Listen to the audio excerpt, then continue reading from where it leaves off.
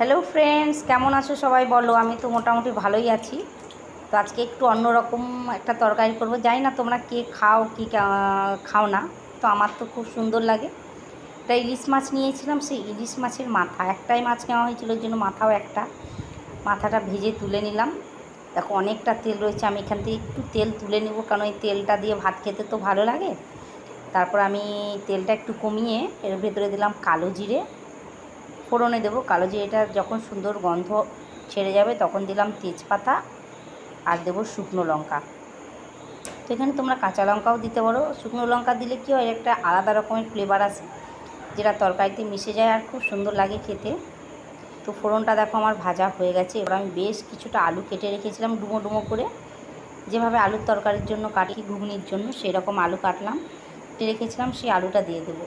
তেলের সাথে আলুটা ভালো করে ভেজে নেব। একটু ধৈর্য রান্না করবে, অবশ্যই চেষ্টা করবে রান্না করার সময় একটু ধৈর্য টাইম নিয়ে রান্না করার। এতে কী হয়, তরকারিটা খুব সুন্দর হয়, খেতে ভালো লাগে। তো আমি এখানে নুন আর হলুদ অ্যাড করলাম। নুন আর হলুদ দিয়ে আলুটা আমি আস্তে ভেজে নেবো, একদম লো ফ্লেমে রেখে ঢাকা দিয়ে দিয়ে ভাজবো, যাতে ভাজা প্লাস সেদ্ধ দুটো একসাথেই হয়ে যায়। আর ঢাকা দিয়ে রান্না করলে কী হয় বলো তো, গ্যাসটাও একটু সাশ্রয় হয়। তো আমি বারবার একটু ঢাকা খুলে আলুটা নাড়া দিচ্ছিলাম, যাতে নিচ দিয়ে লেগে না যায়। তো আমি লাল লাল করে আলুটা ভেজে নেব। এই তরকারিটা ভাত রুটি দুটোতেই খুব সুন্দর লাগে। তো যেহেতু ইলিশ মাছের মাথা, মানে ভাত তো একদম অনিবার্য, আমার তো ভাতেই ভালো লাগে। তো তোমরা রুটির সাথেও খেতে পারো, কোনো অসুবিধা নেই। আমি একটা টমেটো অ্যাড করলাম আর দিলাম বেশ কিছু কাঁচা লঙ্কা, কুচি করে রেখেছিলাম, সে কাঁচা লঙ্কাটাও অ্যাড করলাম। একটু ঝাল ঝাল হলে খেতে ভালো লাগে, আমার আবার একটু ঝালটা বেশি পছন্দ। তো তোমরা তোমাদের প্রয়োজন মতো লঙ্কা দিও।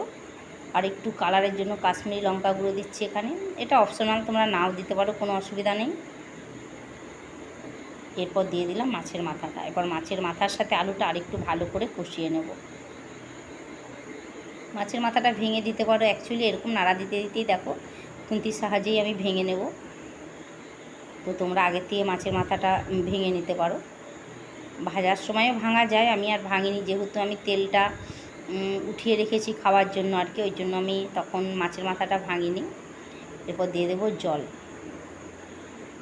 তো যে যেরকম ঝোল খাবে সেরকম জল দেবে, খুব একটা বেশি ঝোল ভালোও লাগবে না। আর যেহেতু আলুটা সেদ্ধ হয়েছে, ওই জন্য বেশি জল প্রয়োজন হবে না।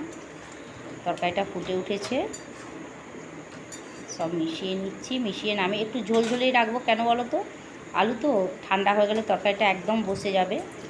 তো ওই জন্য একটু ঝোল রাখবো।